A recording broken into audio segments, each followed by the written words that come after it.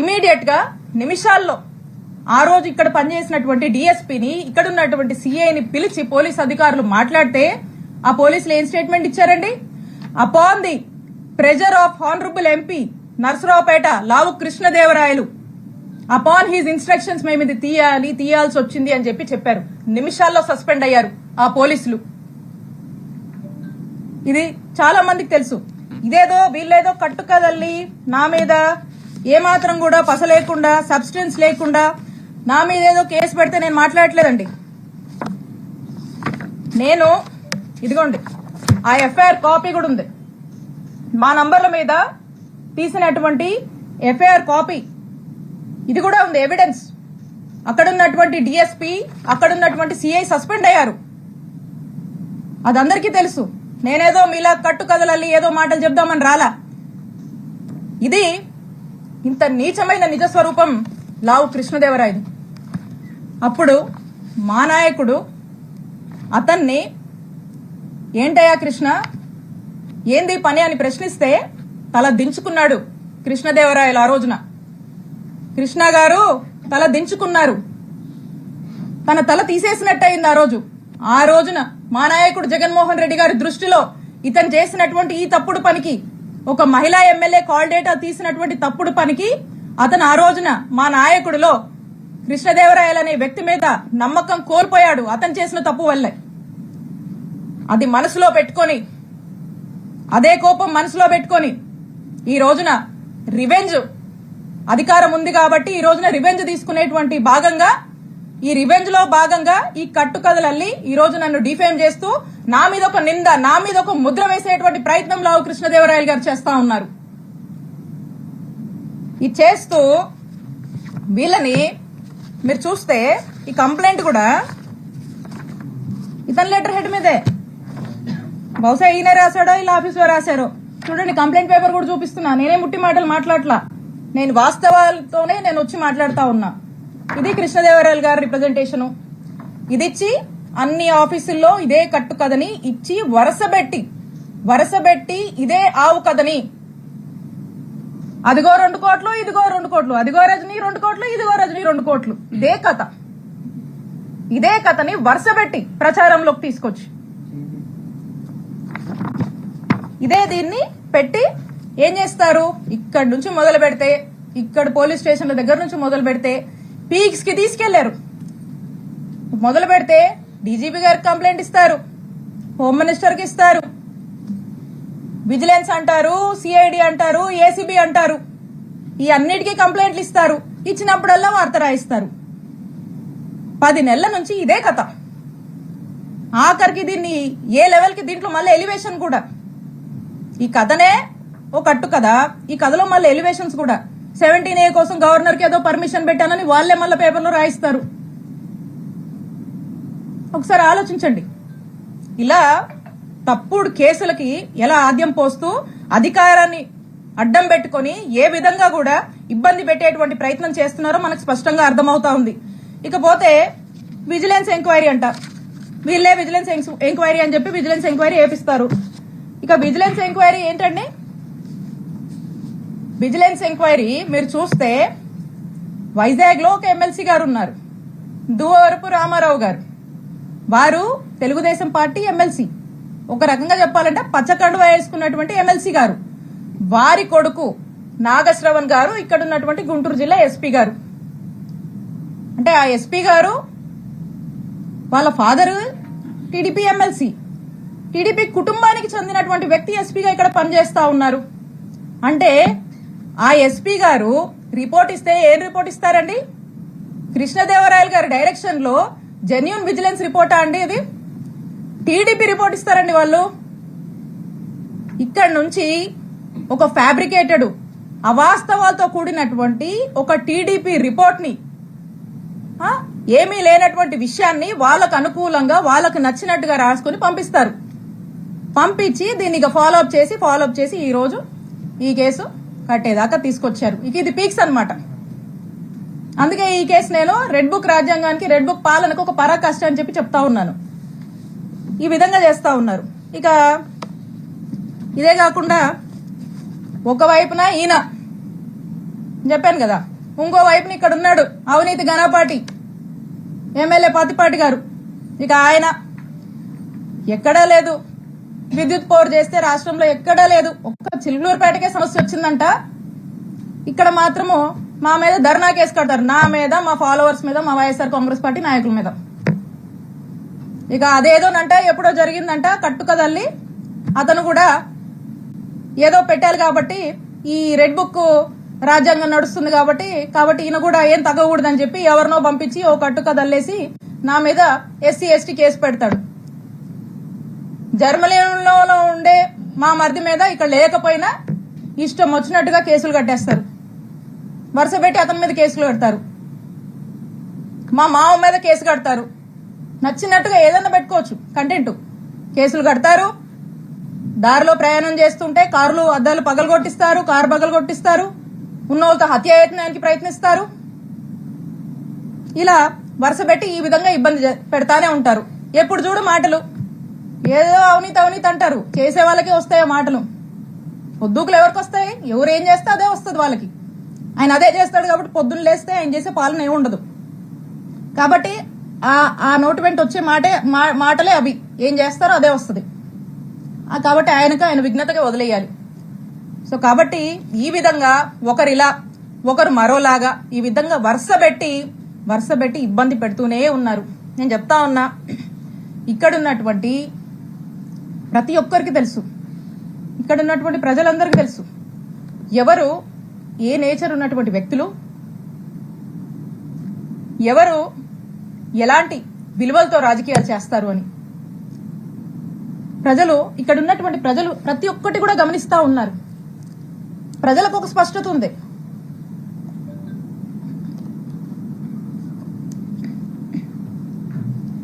ఇక వీళ్లకు పొద్దుపోక ఇలా నన్ను టార్గెట్ చేస్తూ వరుసపెట్టి ఇబ్బందులకు గురి చేసి ఏదో నా కళ్ళల్లో భయం చూద్దాం అనుకుంటున్నారేమో. నాకు బాధేస్తుంది ఎప్పుడు తెలుసా, అవతలోడి కళ్ళల్లో అవతలోడు ఏదైనా పెయిన్ లో ఉండి నా దగ్గరకు వస్తే బాధేస్తుంది. అప్పుడు ఏదైనా కళ్ళెంబడి నీళ్ళు రావచ్చేమో అవతలోడు బాధ చూస్తే. కానీ నీలాంటి వాళ్ళు భయపెట్టాలంటే నాకేం బాధ అనిపించదు, నాకు భయం అస్సలు అనిపించదు నీలాంటి వాళ్ళు భయపెట్టాలని చూస్తే. మీకు రాజకీయాలు ఎందుకు అవసరమో చెప్పనా. ఒకటి, రత్తయ్య గారంటే నాకు చాలా అభిమానం.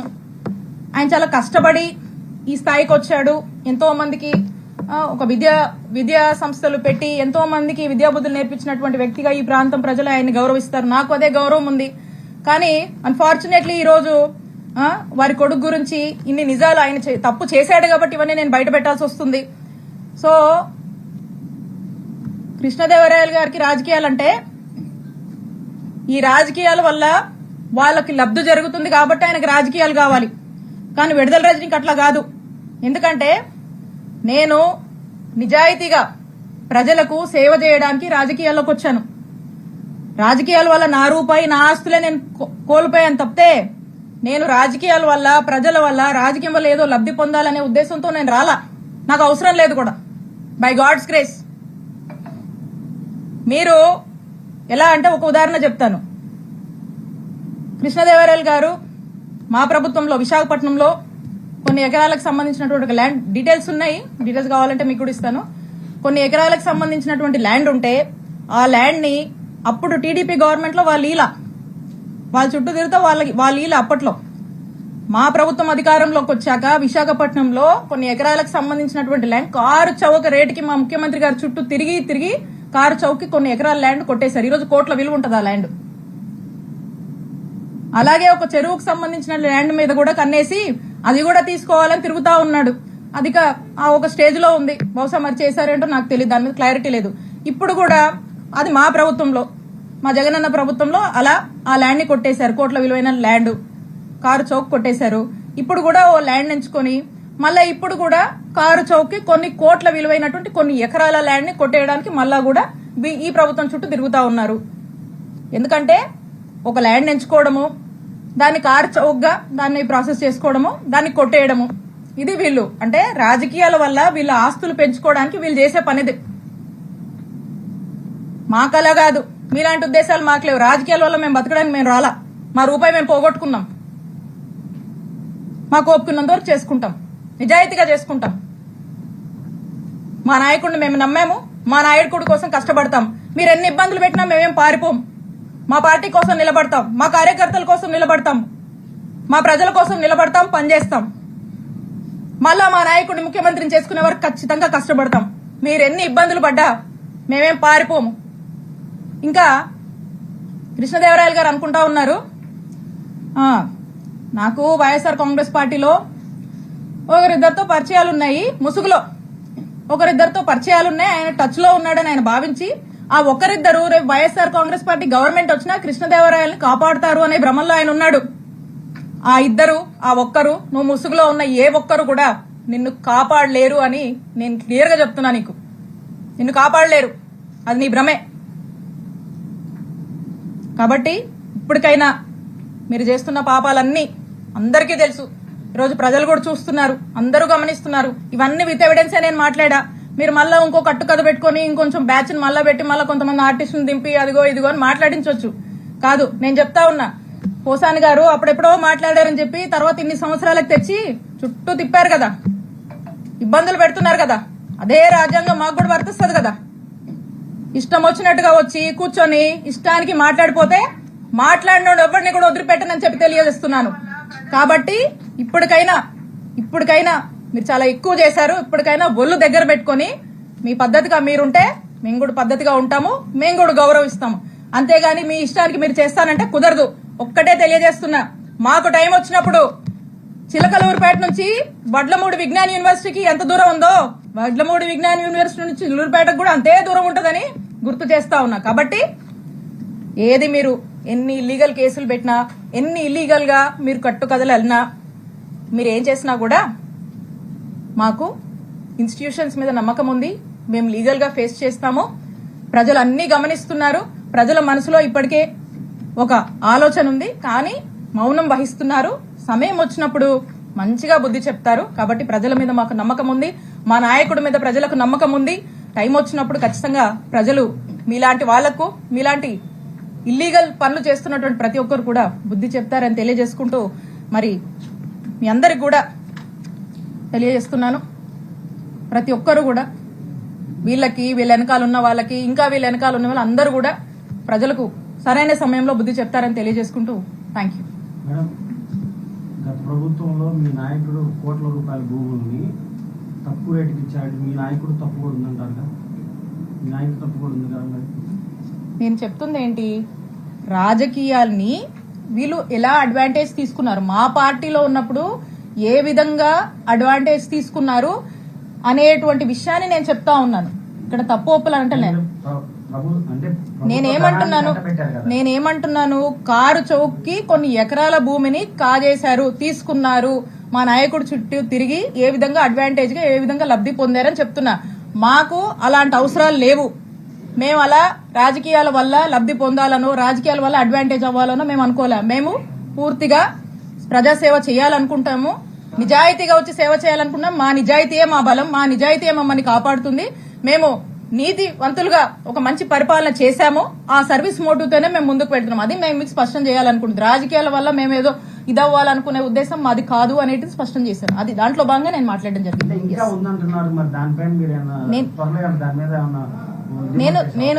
నేను స్పష్టంగా చెప్పాను, విషయాలు చెప్పాను. దాని డీటెయిల్స్ కూడా అఫీషియల్ గానే గవర్నమెంట్ దగ్గర ఉంటాయి. ఇంకా దాని గురించి ఎందుకు చెప్పాను కదా. Yes, next. ఇద్దరు రాజకీయ నాయకుల మధ్యన మీరు ఎదుర్కోగలుగుతారా? ఇక్కడ ఇద్దరు ముగ్గురు అనేది కాదన్న విషయము. This is about public and public's perception. Public కి తెలుసు, జనానికి తెలుసు, ప్రజలకు తెలుసు మంచి నాయకుడు ఎవరు, ప్రజల సమస్యలను ఆలకించే వాళ్ళు ఎవరు, ప్రజలకు ఏ ప్రభుత్వం మేలు చేయగలుగుతుంది, ఏ నాయకుడు మేలు చేయగలుగుతాడు, ప్రజల మనిషి ఏ నాయకుడు. జగన్మోహన్ రెడ్డి గారంటేనే జనం ఎంతో ఆదరణ, ఎంతో మంది ప్రేమ, అభిమానాలు జగన్మోహన్ రెడ్డి గారికి ఉన్నాయి, మా నాయకుడికి ఉన్నాయి. అతని మీద ఒక నమ్మకం ఉంది. మా నాయకుడు జగన్మోహన్ రెడ్డి గారు అంటేనే క్రెడిబిలిటీ. ఈరోజు ఆ మాట అంటే మాట మీద నిలబడతాడు అనేటువంటి ఒక నమ్మకం ఉంది. అలాంటి నమ్మకం ఉన్నటువంటి మనుషుల కోసం ఆ నమ్ముకున్నటువంటి నాయకుడు ఖచ్చితంగా ఒక మంచి నాయకుడుగా మా నాయకుడికి పేరుంది. అదే మా బలం, అదే ప్రజలు అదే నమ్మకాన్ని, అదే ప్రేమని, అదే ఆదరణని మాకు చూపిస్తున్నారు. కాబట్టి ఇక్కడ ఉన్నటువంటి మా చిల్లూరుపేట నియోజకవర్గ ప్రజలందరికీ కూడా మా పట్ల ఒక మంచి ఆదరణ ఉంది. కాబట్టి అదే మా బలంగా మేము భావిస్తున్నాం. ఇద్దరు కాదు ముగ్గురు గారు ఇంకెవరన్నారా అని ఒకరికి ఇద్దరు ఉన్నారు, ఇద్దరికి ముగ్గురు ఉన్నారు. చూస్తున్నాం కదా రాజకీయాలు. సో కాబట్టి ఏదైనామైనప్పటికీ ప్రజలకు తెలుసు, they are very smart and they know what is what అనేది. అంటే ఎన్ని సంవత్సరాల తర్వాత బయట పెట్టడానికి కారణం ఏంటి? అంటే లావు మధ్య మీ మధ్య ఇంత విభేదాలు ఉంటే అధికారం మీ పార్టీ ఉన్నప్పుడు కానీ ఇప్పుడు కానీ ఇన్ని సంవత్సరాల తర్వాత ఈ రోజు బయట పెట్టడానికి కారణం ఏం చెప్తారు? ఇందాక అదే నా మాటలో చెప్పాను, ఎప్పుడు నేను అనుకునేదాన్ని ఇది నేను మాట్లాడాల్సినటువంటి పరిస్థితి ఎప్పుడు నాకు రాకూడదని నేను అనుకునేదాన్ని. కానీ ఈ రోజు అదే నేను అప్పుడు మా పార్టీ ఇంటిగ్రిటీ కోసం నేను మాట్లాడలా. ఈ రోజు కూడా నేను మాట్లాడాలనుకోలే. నిజంగా దీన్ని నేను మాట్లాడాలనుకుంటే రాజకీయంగా దీన్ని రాజకీయాల కోసం మాట్లాడాలనుకుంటే వారు పార్టీ మారినప్పుడు నేను మాట్లాడుండొచ్చు, కృష్ణదేవరాయ గారు టీడీపీలోకి వెళ్ళినప్పుడు నేను మాట్లాడుండొచ్చు, లేదా మంచి పీక్ ఎన్నికల క్యాంపెయిన్ లో కూడా నేను ఇది మాట్లాడుండొచ్చు. కానీ నేను దీని నుంచి ఎప్పుడు రాజకీయ ఏదో లబ్ధి పొందామనో రాజకీయంగా నాకేదో అడ్వాంటేజ్ అవుతుందనో నేను ఎప్పుడు చూడలే, మాట్లాడొద్దు అనుకున్నా. బికాజ్ అది నా సంస్కారం అది, నేను మాట్లాడొద్దు అనుకున్నాను. కానీ ఈ రోజు మీరు ఈ లెవెల్ కి దిగజారిపోయి పీక్స్ కి చేరుకొని మీరు ఇలా చేస్తున్నప్పుడు నేను మాట్లాడకపోతే తప్పవద్దని భావించి ఈ రోజు నేను నా నోరు విప్పి మాట్లాడాల్సి వస్తుంది. కేవలం ఈ రోజు మీరు చేస్తున్నటువంటి విధానాలు చేస్తున్నటువంటి తీరు నాకు నచ్చక ఇక తప్పదేమో అని చెప్పి మీ నిజస్వరూపం ప్రజలకు తెలియాలి అనేటువంటి ఉద్దేశంతో నేను ఇదంతా కూడా బయట పెట్టి మాట్లాడడం జరుగుతా ఉంది. మేడం, మీరు అన్నారు కదా చెరుకులూరు పేట నుంచి వడ్లమూడికి ఎంత దూరం, వడ్లమూడి ఇప్పుడు వాళ్ళు గతంలో మీరు కేసులు పెట్టారని వాళ్ళు అంటున్నారు, ఇప్పుడు వాళ్ళు పెడుతున్నారని మీరు అంటున్నారు. ఇక్కడ కేసులు అనేది కూడా తప్పుదారి పట్టిపోతున్నాయి కదా, దానిపైన ఏ ఛానల్ అన్నాను ఇది? నీకు కేసులు ఎఫ్ఐఆర్లు చూస్తుంటే కూడా నమ్మకపోతే నేనేం చెప్పాలి చెప్పు? వాళ్ళు అంటున్నారు, మీరు అంటున్నారు. కాదు నేను అంటుంది ఏంది? ఎట్లా పడితే అట్లా ఎక్కడ చూపించండి. ఇక్కడ నుంచి మొదలు పెడితే ఇక్కడ నుంచి బత్తిల్ స్టేషన్ అంట, అక్కడ నుంచి పులివెందులు అంట, మళ్ళీ అక్కడ నుంచి అటు అనంతపురం తెస్తారు, మళ్ళీ ఇటు కృష్ణా జిల్లా తీసుకెళ్తారు. ఎటు తీసుకెళ్తున్నారు? ఎప్పుడన్నా విన్నారా ఇది? బిఎన్ఎస్ 111 సెక్షన్ ఆర్గనైజ్ క్రైమ్ ఎప్పుడన్నా విన్నారా మా టైంలో? మీరు ఇది వినలేదు కదా, మేము చేయలేదు అలాగా. వాళ్ళు చెప్పేదానికి దీనికి పొంతం లేదు అసలుకి. మేమన్నీ ఎఫ్ఐఆర్లు సాక్ష్యాలు ఏం జరుగుతుందో మీరు రెగ్యులర్ పాలిటిక్స్ ఫాలో అవుతున్నారు కదా, మీ క్లారిటీ ఉండాలి. లేకపోతే చెప్పండి ఏ కేసు ఏందో మాకు దాని గురించి కూడా కూర్చొని మాట్లాడుకుందాం. కాబట్టి కళ్ళకు కట్టినట్టుగా రెడ్ బుక్ పాలిటిక్స్ ఏ విధంగా రాజ్యం వెళ్తున్నాయి అనేది మనకు స్పష్టం అవుతుంది. ఇంకా కూడా మీకు అర్థమవుతుందంటే you have to update. Yes, next. మీరు ఇప్పుడు అన్నారు కదా నెక్స్ట్ కంపల్సరీగా మా ప్రభుత్వం వస్తుంది, మేము కూడా చూపిస్తాం అంటున్నారు కాబట్టి నేను అంటుంది చూపిస్తామంటే వరుస పెట్టి ఇట్లా చేస్తామని నేను అంటలేదు.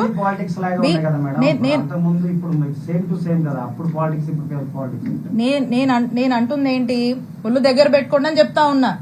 అధికారం ఉందని అధికారం దుర్వినియోగం చేసి ఇష్టానికి చేయొద్దని చెప్తా ఉన్నా. ఇష్టం వచ్చినట్టు చేస్తే ప్రజలు తీర్పిస్తారు. మేము టైం కమ్ పీపులే సమాధానం చెప్తారు. సో కాబట్టి ఆ రోజు కూడా వాళ్ళు ఫేస్ చేయాల్సి ఉంటుంది. That's what I'm telling. Right, next. Legal గా మాకు ఇన్స్టిట్యూషన్స్ మీద నమ్మకం ఉంది. ఏదున్నా లీగల్ గా ఫైట్ చేస్తాము, న్యాయ పోరాటం చేస్తాము. మాకు ఒక పార్టీ ఉంది, మా నాయకుడు ఉన్నాడు, వాళ్ళ సపోర్ట్ ఉంది. ముఖ్యంగా ఈ అన్నిటికన్నా మాకు ప్రజల సపోర్ట్ ఉంది. కాబట్టి ఖచ్చితంగా విల్ ఫేస్ ఇట్. ఏం చేస్తారు మా అయితే ఏం చేస్తారు? అరెస్ట్ చేస్తారు, తీసుకెళ్తారు. ఆ తర్వాత ఏం చేస్తారు? చంపరుగా. Will face it. Okay, thank you all.